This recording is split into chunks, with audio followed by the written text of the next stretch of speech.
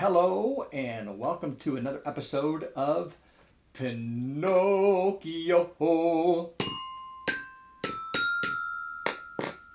We are on chapter 5. Pinocchio is hungry and looks for an egg to cook himself an omelet, but to his surprise, the omelet flies out of the window.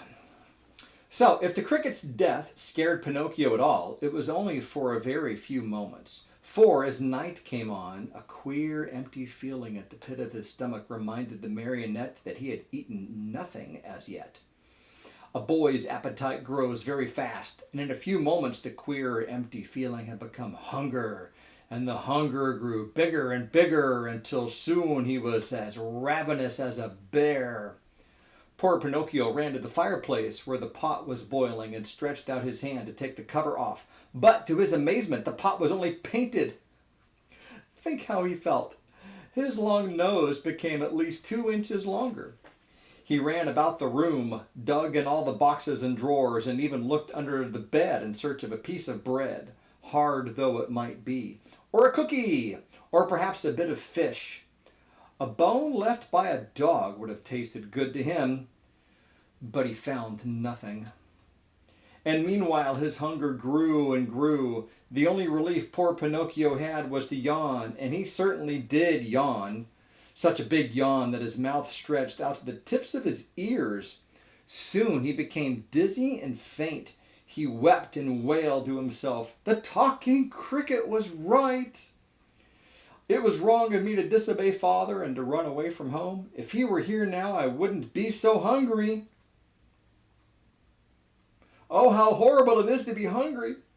Suddenly, he saw among the sweepings in the corner something round and white that looked very much like a hen's egg. In a jiffy, he pounced upon it. It was an egg. And so in the very corner here, we have Pinocchio finding the egg. The marionette's joy knew no bounds. It's impossible to describe it. You must picture it to yourself. Certain that he was dreaming, he turned the egg over and over in his hands, fondled it, kissed it, talked to it. "And now, how shall I cook you? Shall I make an omelet? No, it's better to fry you in a pan. Or shall I drink you? No, the best way is to fry you in the pan. You will taste better." No sooner said than done. He placed a little pan over a foot warmer full of hot coals. In the pan, instead of oil or butter, he poured a little water. As soon as the water started to boil, tack, he broke the eggshell. But in place of the white and the yolk of the egg,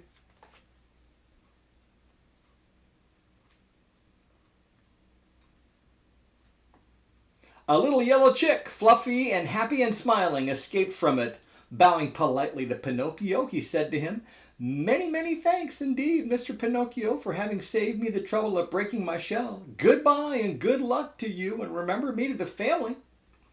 With these words, he spread out his wings, and, darting to the open window, he flew away into space till he was out of sight. The poor marionette stood as if turned to stone, his with wide eyes, open mouth, and the empty halves of the eggshell in his hands. When he came to himself, he began to cry and shriek at the top of his lungs, stamping his feet on the ground and wailing all the while, "The talking cricket was right. If I had not run away from home, and if father were here now, I should not be dying of hunger. Oh, how horrible it is to be hungry." Let's take a closer look here. He's kind of surprised. Oh, the little chick's like, "Thank you."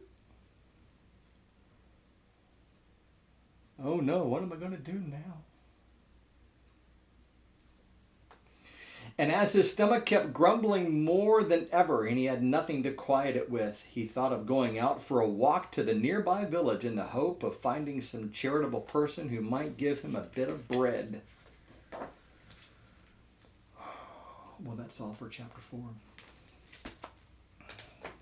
Or was it chapter 5? I don't know. I forget. I can't count. Don't tell my boss. Anyway, that's all for now. See you on the next chapter. Oh, yeah, isn't there a proverb? Let For him who will not work, neither let him eat. If somebody won't work, then let them go hungry. Not because you want them to be hungry, but because hunger is a good motivator. And I've thought for years, how do I make the students actually hungry? Not bodily, but intellectually. How do I make the students hungry for the things, the good things that we teach them? I don't know, still thinking about that. If you got some thoughts, put them in the comment section. Anyway, see you later.